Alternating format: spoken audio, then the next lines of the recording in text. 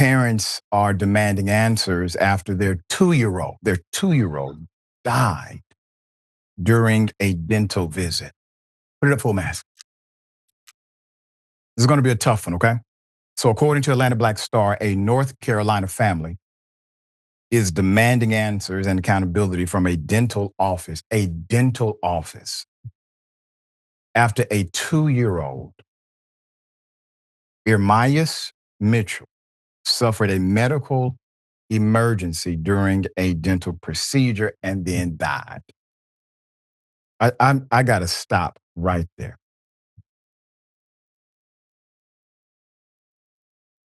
The shock of that would be completely unbearable, obviously, to any parent, including myself, the dentist.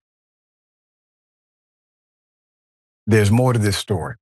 So the parents of Mitchell say they took the 2-year-old, their son, to the Valleygate Dental Surgery Center. This was in July for a simple cavity filling. Simple routine procedure. Staff members conducted a health examination on the child, checked his weight, checked his height, and deemed him healthy enough to undergo the procedure.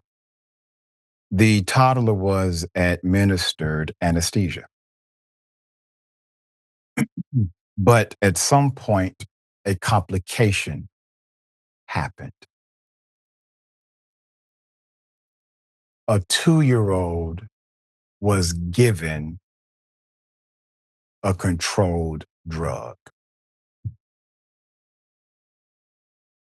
And a complication happened. A 2-year-old was given a drug that no human being, no adult is able to withstand or be immune to. You're going to get high. While his parents patiently sat in the waiting room, staff members called 911. They said they were unaware that the dental practice had called an ambulance, so they did not tell the parents, your child is leaving here going to a hospital.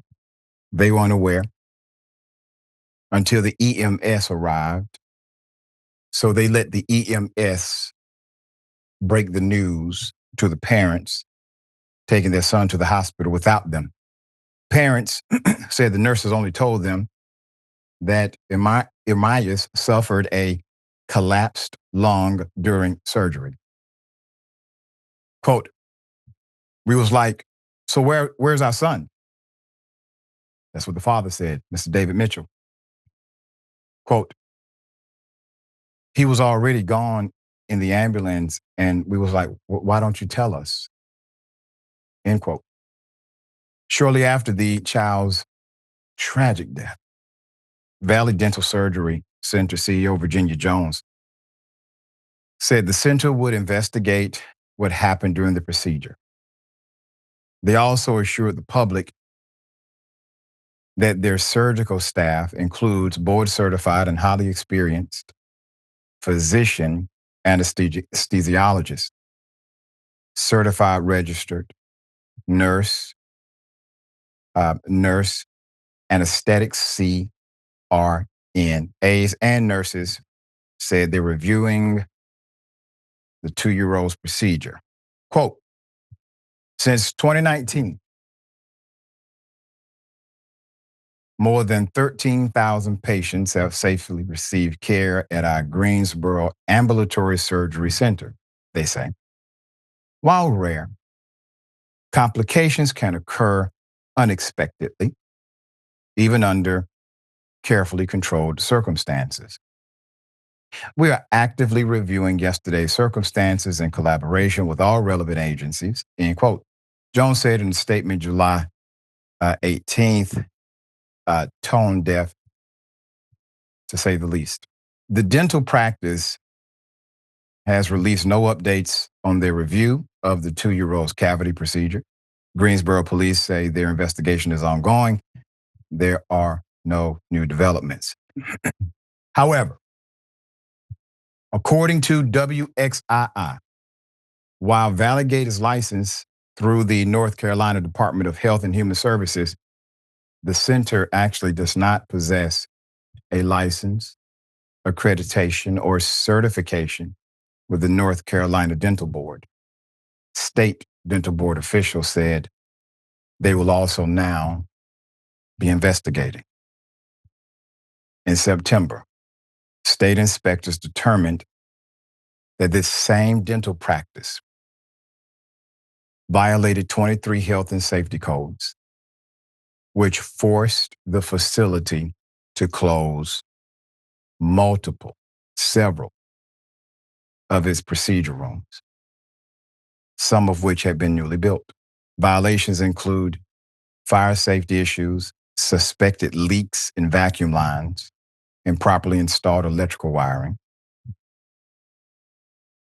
According to WFMY, state documents revealed that the dental practice constructed 3 new procedure rooms and recovery bays without approval from the state. They're trying to get to that money. Valleygate representatives said the issues have been addressed and the center is awaiting reinspection before reopening.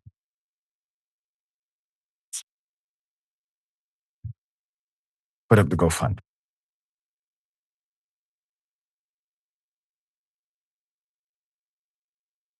You know, you dig into this story enough, you realize that the state could have shut them down, period.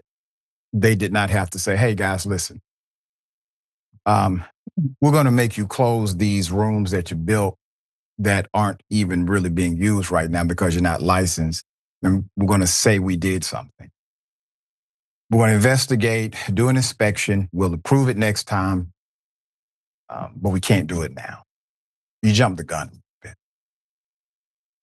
All of those elements that they were cited for can seriously complicate a surgical procedure, obviously.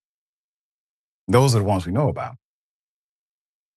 The CEO decides to release a statement about their qualifications and capacity, their, I guess, quality assurance or service. 13,000. That was the number, right, CEO? How many were 2? How many were 2 years old? You know, I learned something doing this story.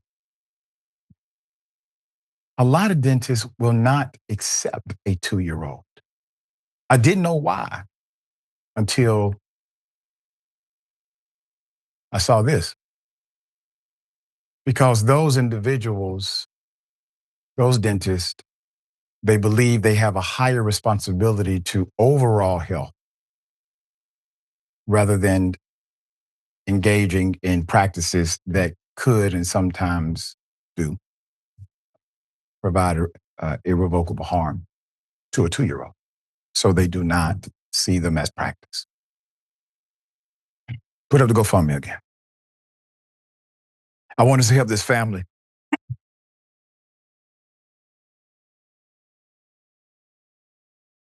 The GoFundMe set up in July to raise money for the 2-year.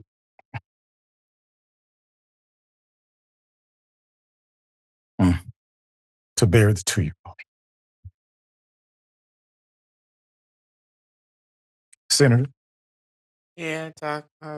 Yeah. Thank you for showing the requisite emotion for this. You know, poverty is a crime in this country, and people are Yeah. reminded of that over and over again. A 2-year-old, no parent. It really is out of the natural order of things for a parent to bury their children, and especially for a parent to bury a 2-year-old. And the fact that this family has to put up a GoFundMe page just to bury their baby, the callous indifference of the owners of Valleygate, the Yeah. complicit nature and the failure of the state government, all of them need to be sued. Valleygate should have never been opened at all. And as Yeah. you pointed out, how dentists usually do not operate or service 2-year-olds because they're too young to be serviced and really given anything. I just condolences to the family. I can't even imagine how they felt waiting for their child, their son, to come out and having to ask when the father asked the question, "Where's my son?" For the Right. love of God. So lawsuit is not going to be enough. That's just a procedure that is at the disposal of the parent, but nothing will bring that baby back. And that facility should be shut down, never to reopen. And that CEO needs to be ashamed of himself. I mean, Yeah. just utterly is showing at this moment that they really just don't care. They obviously just don't care. And unless they have some kind of epiphany after the airing of this show, just even on that alone, Doc. So condolences to the family, asking the TYT family, as Dr. Richey has laid out there, to please donate to their GoFundMe page. You do the best you can. All right, we'll Yeah. bring you updates to this story. It is being investigated.